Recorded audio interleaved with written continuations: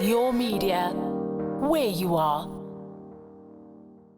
Get ready, steady, and let's set those body goals. Your Healthfix with Mo, a body and mind journey to a healthier you.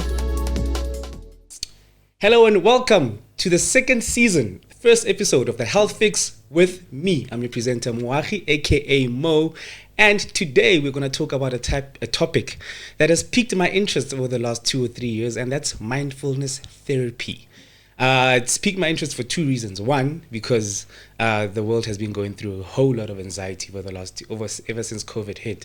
We haven't known what's been going on. We just doing things. We just haven't been in a state of uncertainty. So, which also automatically leads into anxiety. And that's when I started reading about mindfulness therapy and decided that with the first episode of the second season of the Healthfix, I would have an expert come in and talk to us who is a mindfulness coach. Today in the studio, I've got Miss or Mrs. Shery Clein, who's a seasoned mindfulness coach, and we're going to be talking about all things mindfulness. She's going to be taking us through what the benefits are, what is mindfulness therapy, and how we can incorporate it into our daily lives. Hi, Shery, how are you? Hi, how are you? Thank you for joining us in studio. It's such an honor and great. a privilege and a pleasure to have you in the studio. I'm looking forward to this conversation. So please tell us, who is Shery Clein? How did she start this mindfulness journey, and what led her up to this point in her life? Okay, cool. Hi, guys. Big thank you, Mo, for inviting me here today. Pleasure, it's a pleasure. Your media, where you are. Where we are. Right on. Cool. So, Mo, just a little bit about myself. I'm a mature lady. Yeah. I'm a mother. I'm a grandmother. And I've been following a path of spirituality for quite a long time.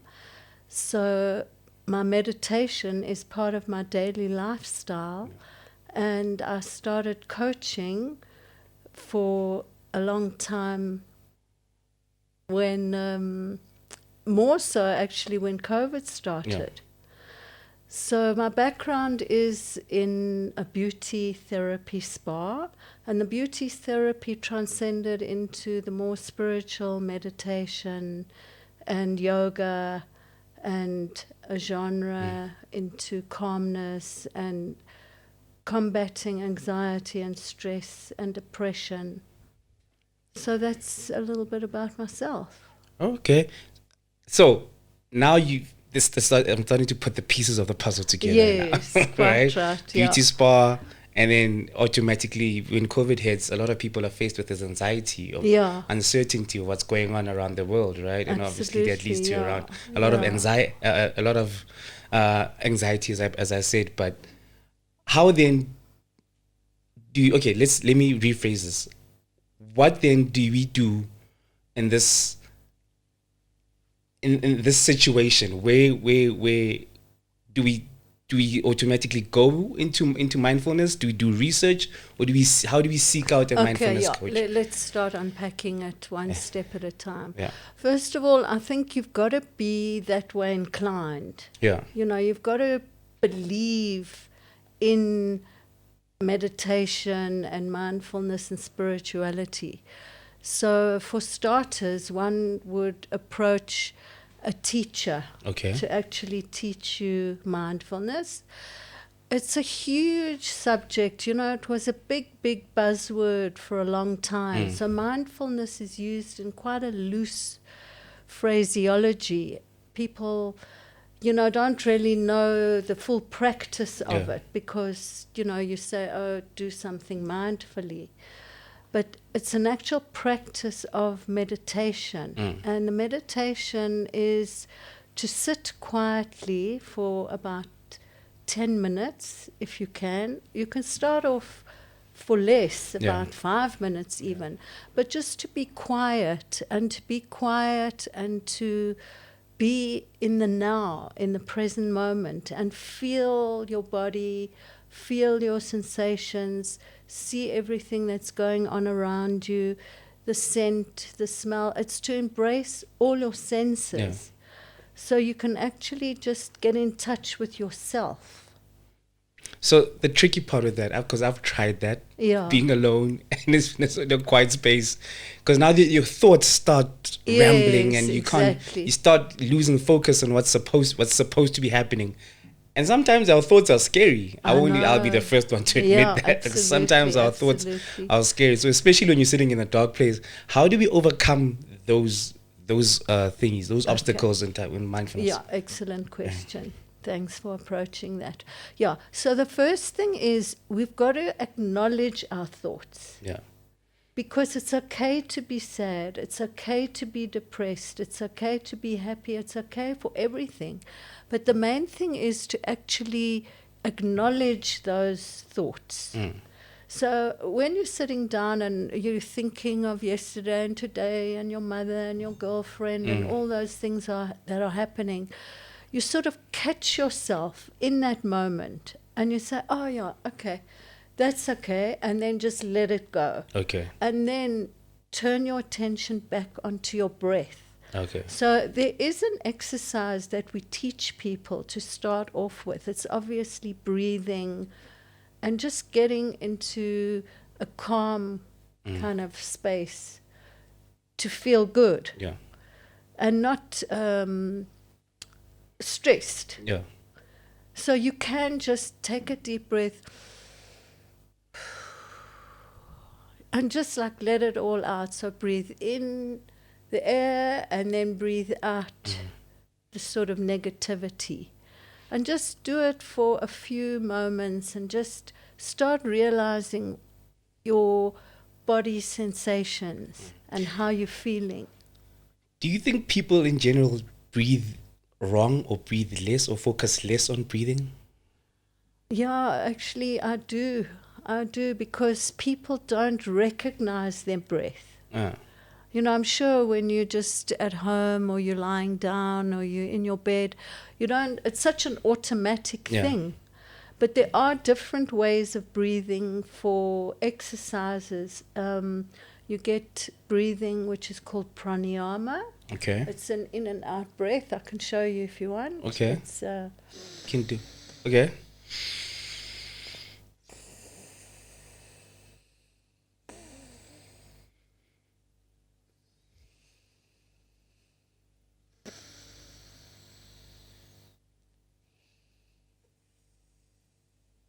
Starting to feel. So I don't know how you're feeling, but yeah, it's actually to clear the nasal passages and just to get your That would help breathing. me a lot because I suffer a lot from sinuses. So that would definitely help me a lot. Yeah, absolutely. Shoot. So now let's get into the practice of mindfulness, right? What are some of the benefits that you've seen throughout the years that you've been doing it? Well, you've had a lot of clients, I know, but what are some of the extreme benefits that you see? Yeah, I think the benefits for me, everybody's different. There's no one size fits all. Yeah. But for me, it was just to feel calm and to feel okay. Yeah. I went through quite a terrible divorce and I had some personal problems that I was dealing with. And I started meditation in 1995, which is years and years ago. Yeah. And somehow I just started feeling a lot more calm, and I was able to deal with things a lot better. You've been calm for a long time. Yeah, I've been calm. I almost envy you. For sure, yeah. Okay. Yeah, so a calmness and being able to cope better with situations. And as I say, it's just a personal thing, but the benefits are definitely to combat stress and to deal with your life in a much more structured way and getting a lot more nature support because it is a scientific researched program to show that your brainwaves do change. You go into a transcendent, which is a lot more relaxing, and as I say, your breathing is a lot calmer. So you definitely feel a lot better. You're not so stressed out. Are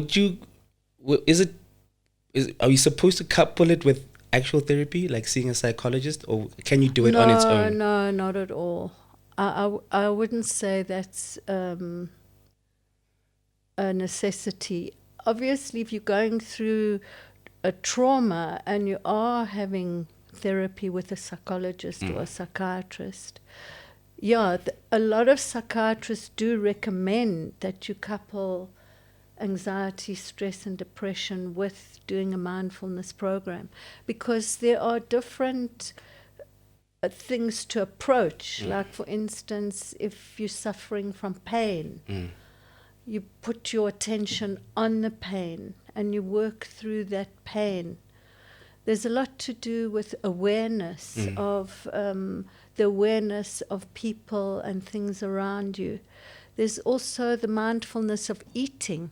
For instance, people that are trying to lose weight, you can eat a lot more mindfully. Okay. People that are doing competitive sports, like running or anything to do with sport, it just centers you and makes you feel a lot more focused. I was actually about to ask you about the different scenarios where mindfulness could be adopted, right? Because sometimes when you say feeling at peace, I feel at peace mostly, especially in this current moment when I'm with my family. Yeah. You know what I mean? Because as a family, we suffered from a trauma with the beginning of the year.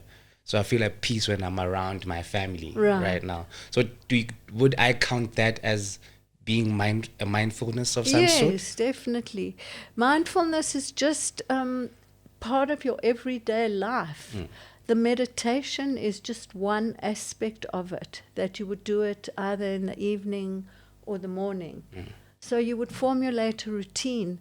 But as you say, when you're with your family and you're actually with them mindfully, you not a million miles away.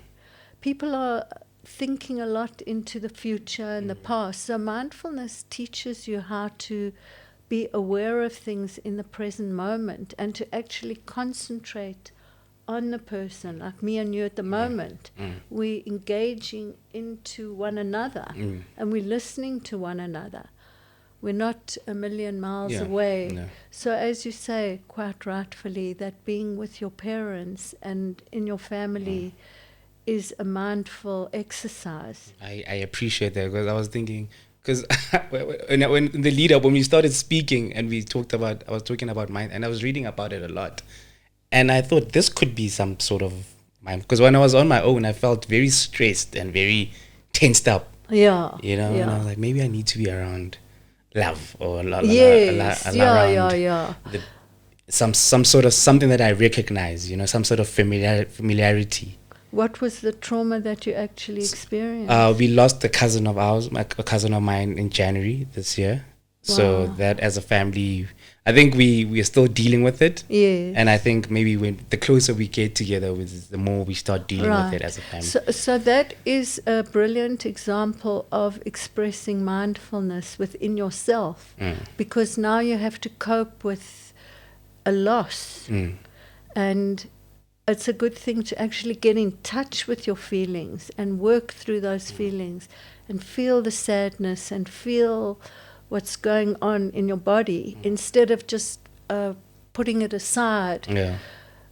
Wouldn't you feel better, when you actually address it and be with your family and you can cry together and grieve together? And oh, definitely, it definitely helps. It really definitely helps. And I'm going to ask you this question, and also I've got an opinion about it as well. Yeah. Because I think it's happened to me. Yeah. How does suppressing those feelings affect you in the long run? Well, in my opinion, I don't think one should suppress feelings at all. If you think of a relationship, when you're together and you don't address issues that are happening, then it just causes a bottleneck of festering. So no, I don't think one should suppress or oppress their feelings and not address them. Yeah, I ask this because I used to suppress my feelings a lot. Yeah. Even when I wasn't okay, I used to tell people that I was okay. I know, that's a big thing actually in today's life. Yeah, so I decided that I'm not going to do that anymore. Yeah. Because I could actually feel myself physically getting sick. Yeah. And that felt like a time bomb. It's like saying whatever happens the next person that's going to touch me or provoke me or trigger me in some sort of way, I do not know what's going to happen. So that's how I started dealing with it. Like I started with close friends telling them like, no, I'm not feeling well at this moment right now. I am not emotionally capable to deal with whatever it is that you're bringing to me right now. Especially when they're coming to me with problems or some. I have to be, because I have to take care of myself first before I can take care of the next person. That's right. So that's where I am, or where I was in the last few months as well. Yeah. Also, I think, as you say, it's important who you can address. Yeah. Like, I suppose just anybody, work colleagues, hi, how are you? Oh, great. You know. I mean, you don't have the time, to go through all your feelings. So that's why, as you were saying, it's a lot better when you're with your family and you can relate to them and tell them how you are. And I think it comes out into the open a lot better. And as I say, mindfully actually engaging with that person and showing them your feelings.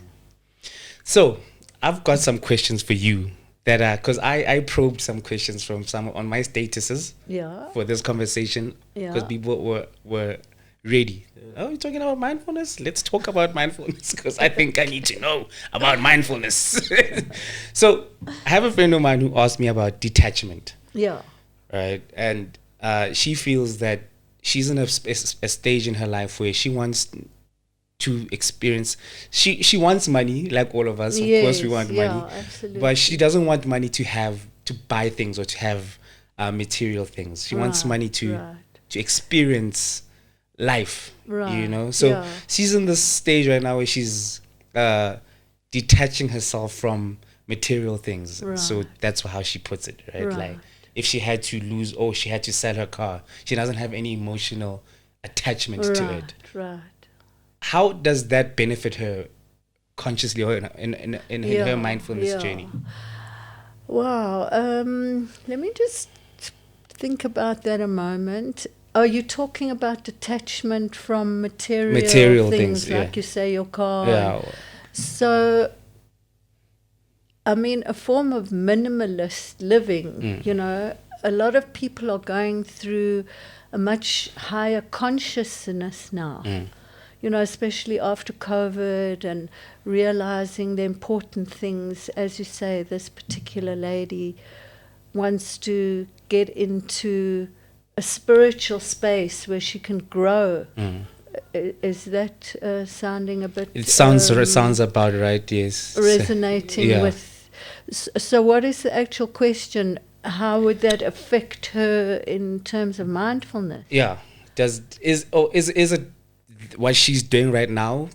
Because I don't think she knows it's mindfulness, or she assumed it's mindfulness.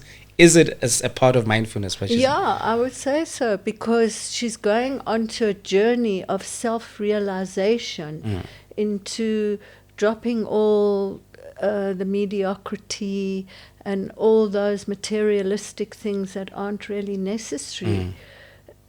But now she's approaching onto a more spiritual journey, which would encompass meditation and being more mindful of her lifestyle and what she's doing and where she's going and how she wants to approach her career, for instance.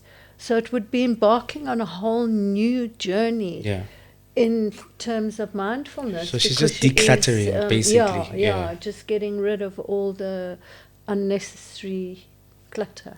Which would help her in the long run, I assume, because for both her mental and physical health. Definitely. It's always nice maybe to approach a coach, when you're going onto a new journey, and to get into a nice routine, in terms of exercise and eating and meditation and yoga and your career and your family, to create like a balance.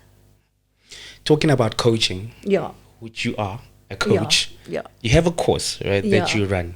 Right. Take us through some of the contents of that course and how you approach your journey. Absolutely. Thanks, Mawaki. The course is actually, it was born from COVID during that lockdown. We used to do courses at corporate companies at their venue. And when there was no contact and the lockdown, I took everything online and did it on the course. So the course, it's a big commitment. It's you can do 8 weeks, which is 8 modules, or you can just do 1 module at a time. And it starts off from the beginning for beginners to learn what mindfulness is, how to approach it. It's videos, worksheets, downloadable articles, readings, a lot of recommended books. So it's a journey, as you say, maybe with this lady, to start off on the mindfulness journey. Okay. So it would take you through that whole thing. It's as I say, involved, and it is a commitment. And some of the results, some of the best results you receive from this course? Yeah, amazing, yeah. People do just say, wow, it's just amazing. I've learned how to meditate. I'm a lot more free now. I'm coping much better. I feel my routine is a lot more structured. Because, it goes through all the elements. It's a holistic approach. Yeah.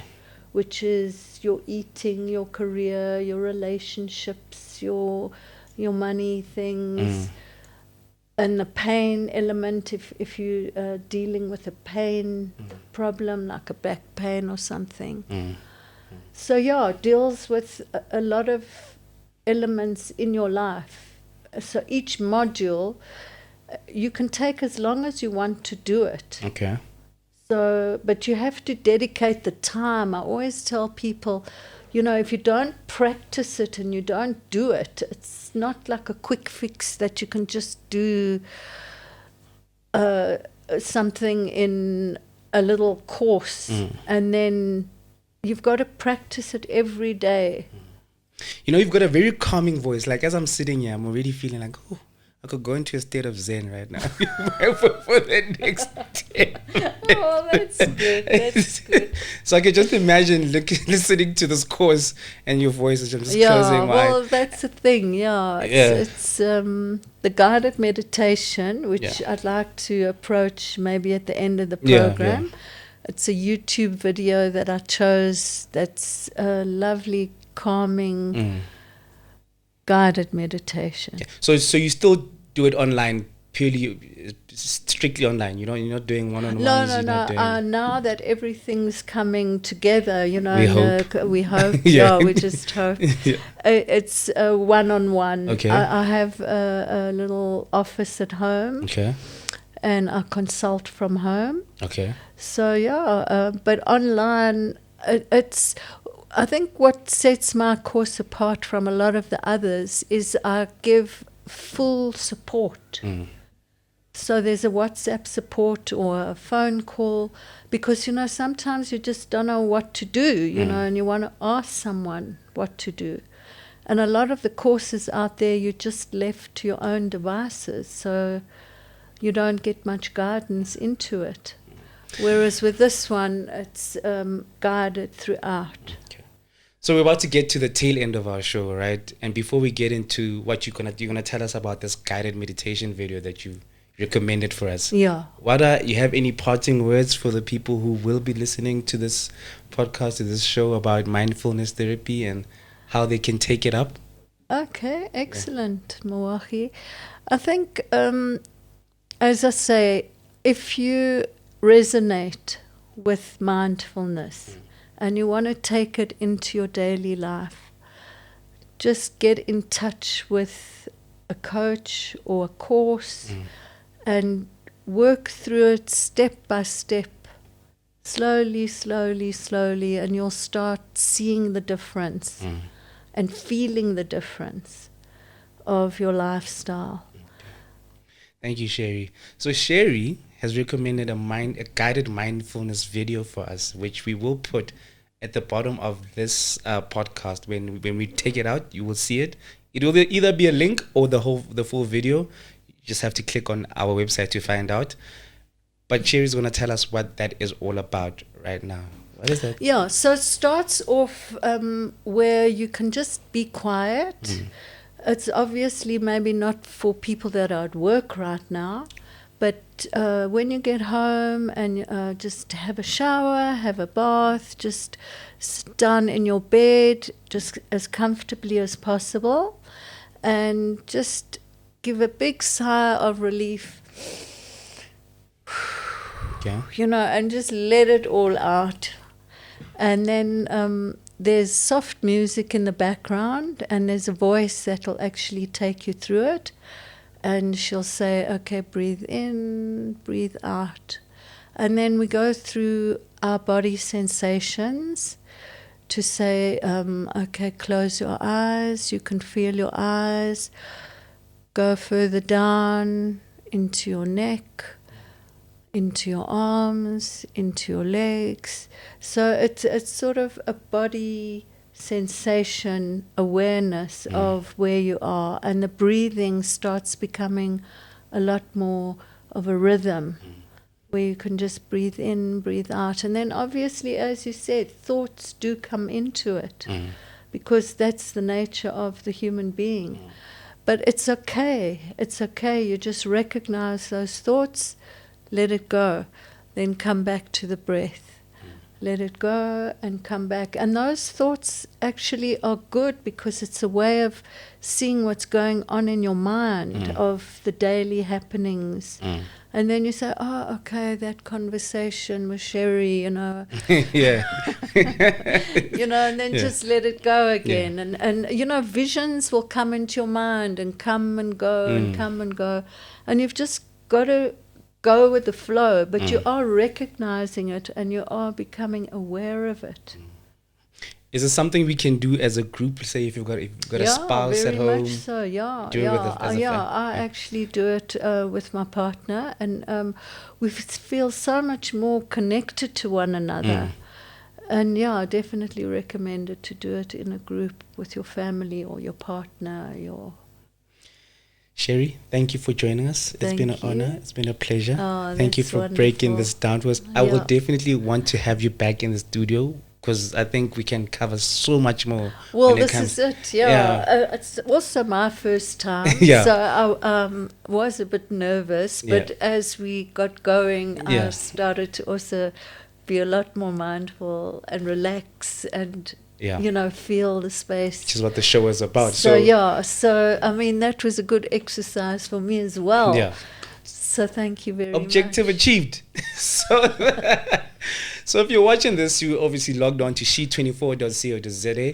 Thank you for supporting us. And this is the Healthfix, first episode of the second season. And get ready, the content is going to be more. I've got more and more episodes coming up in this season of the Healthfix.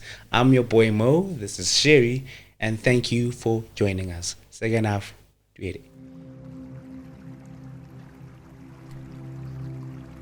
Begin by sitting in a comfortable position, letting your feet be planted firmly on the floor, legs uncrossed.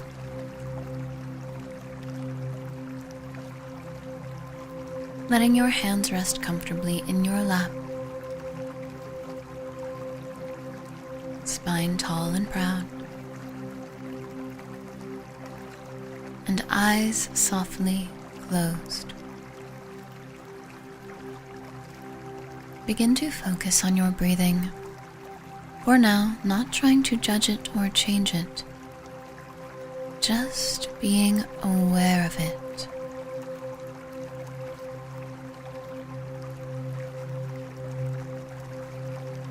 Mindfulness is the art of being present and aware without judgment.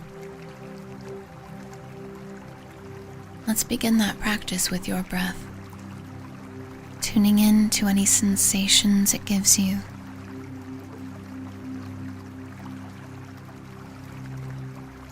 noticing the muscles that you engage. And as you focus on your breath, if other thoughts start to come in, that's okay. Just be aware of them without judging them. Our goal is that we are observing, without getting hung up on anything, without judging anything. Just truly being aware, noticing.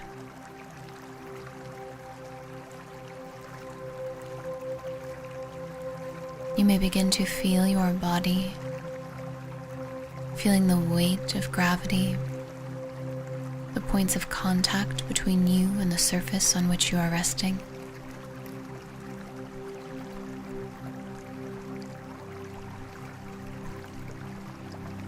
You may even find that you feel your skin and the air on your skin.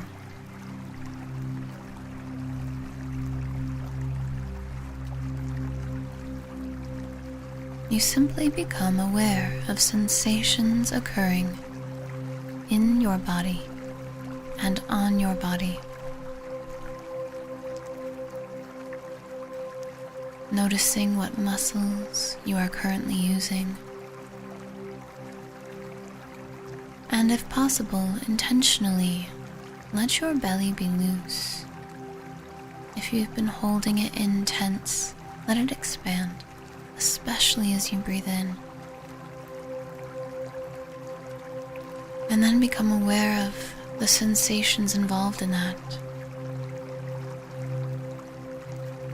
You can even experiment taking deeper breaths, stomach and ribcage fully expanding as you breathe in and contracting as you breathe out.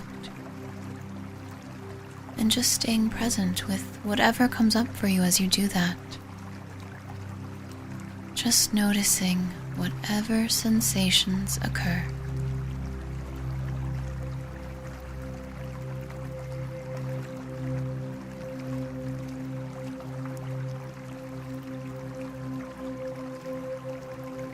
You also begin to notice any emotions that you're feeling. Again, without judgment, just letting it be. And because you are so present in your body right now, you may even notice how the emotions affect your physical body.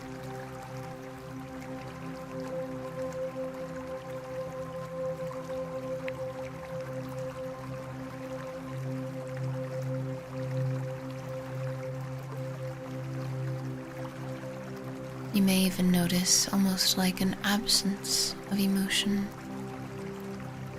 a simple calm. Whatever is.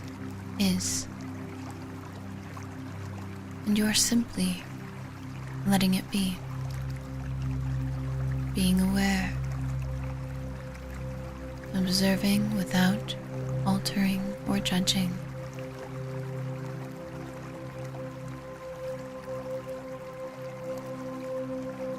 You extend this same practice towards any thoughts.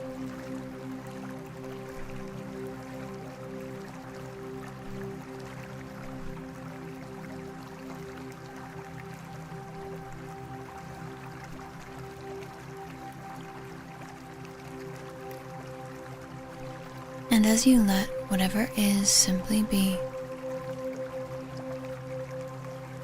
you feel yourself fully aware of your body, your mind, and your emotions.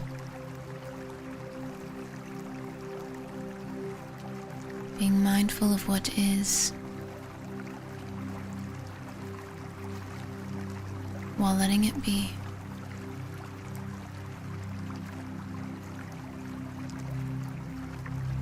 And now you can practice this skill with any topic you wish. You can intentionally bring to mind a situation in your life. Become aware of all sides of it without attaching judgment, blame,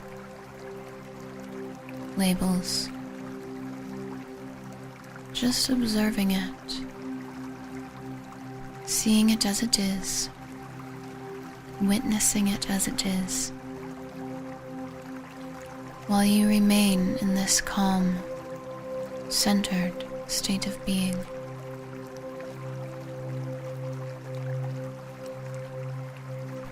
It all just is.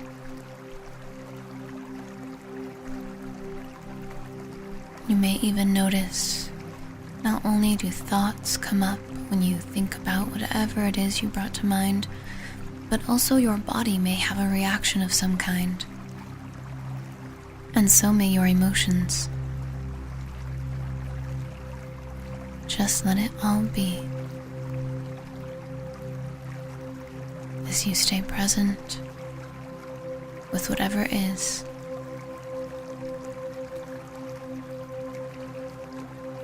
Without judging or getting attached.